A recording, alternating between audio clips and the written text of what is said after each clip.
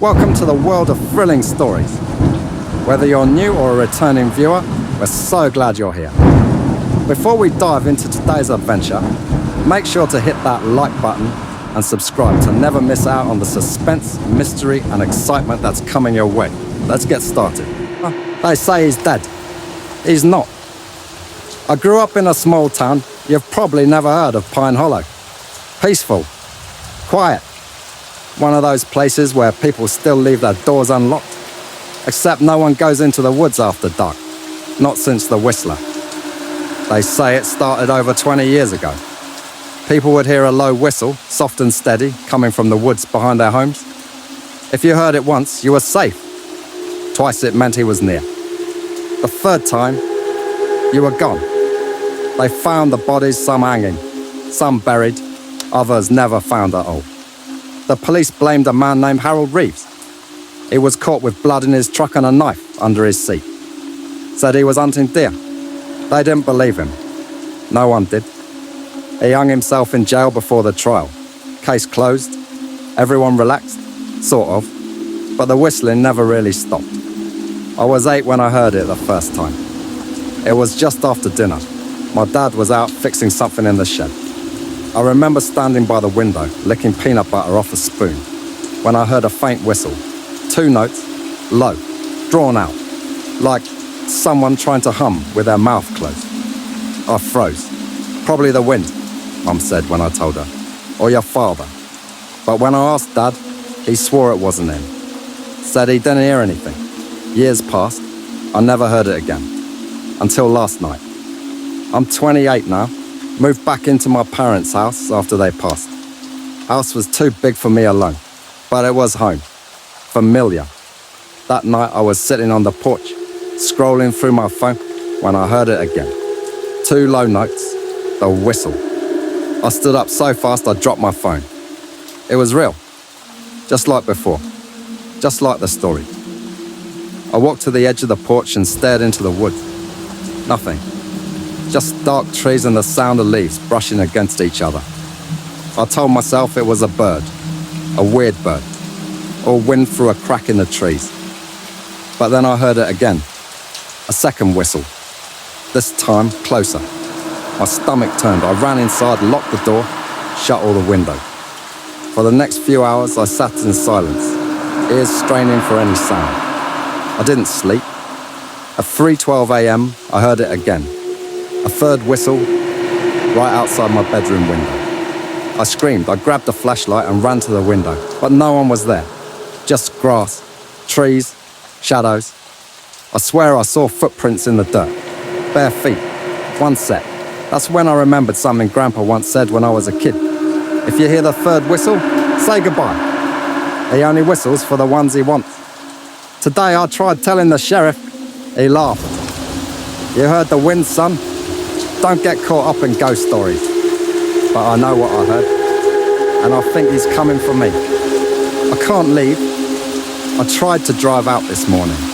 My car wouldn't start. The neighbour said he saw someone standing at the edge of the woods last night. Just standing. Watching the house. It's almost dark again. I hear things moving outside. Not animals. Slow, steady footsteps. I've locked all the doors, blocked the windows, turned off the lights. I'm writing this in the dark because I don't know what else to do. I can feel him getting closer. If you ever hear it, that slow, low whistle, don't ignore it. Don't go looking. Don't be curious. Because he's not dead. The whistler never died. And once you hear the third whistle, you're already his. Let me know when you're ready for story 3.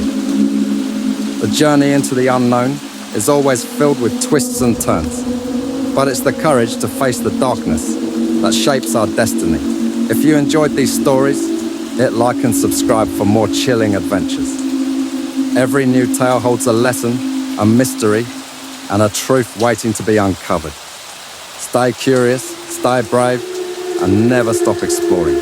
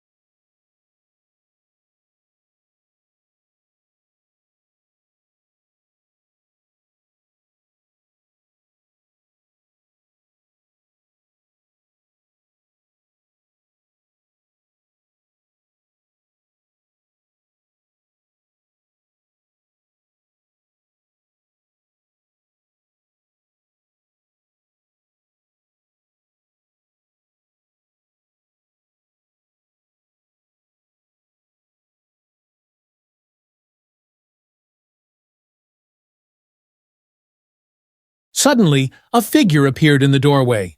I froze. "Looking for something?" the voice asked. It was Danny's voice, clear as day, but I couldn't see him. Not yet. "Where are you?" I demanded, my voice barely a whisper. "You're looking at me," he said, stepping out of the shadows. My blood ran cold as I saw his face, a face I had seen in the coffin years ago. But it wasn't him. Not really. It was a version of him. His eyes were hollow, his skin pale and stretched tight over his bones. A twisted mockery of the friend I once knew. He smiled, and it was more terrifying than anything I had ever seen. "You should have died that night too, but you didn't. You're just as guilty as I am. Lily never had a chance." I stepped backward, my heart pounding in my chest. The man I had once known as my best friend was gone, replaced by something that wasn't human. "I killed her," he whispered, his voice low and twisted. "But you were always meant to suffer." I couldn't breathe. The world around me started to fade, the room growing darker, the walls closing in. And then, just as quickly as it all began, I woke up back in my bed. My heart was still racing, and I couldn't shake the feeling that something was watching me. I glanced over at my nightstand, and there, sitting quietly, was the latest letter. "You can never escape me. I'm already in your mind. I'm your nightmare." The killer wasn't gone. He was still here, and he wasn't finished yet. The journey into the unknown is always filled with twists and turns, but it's the courage to face the darkness that shapes our destiny. If you enjoyed these stories, hit like and subscribe for more chilling adventures. Every new tale holds a lesson, a mystery, and a truth waiting to be uncovered. Stay curious, stay brave, and never stop exploring.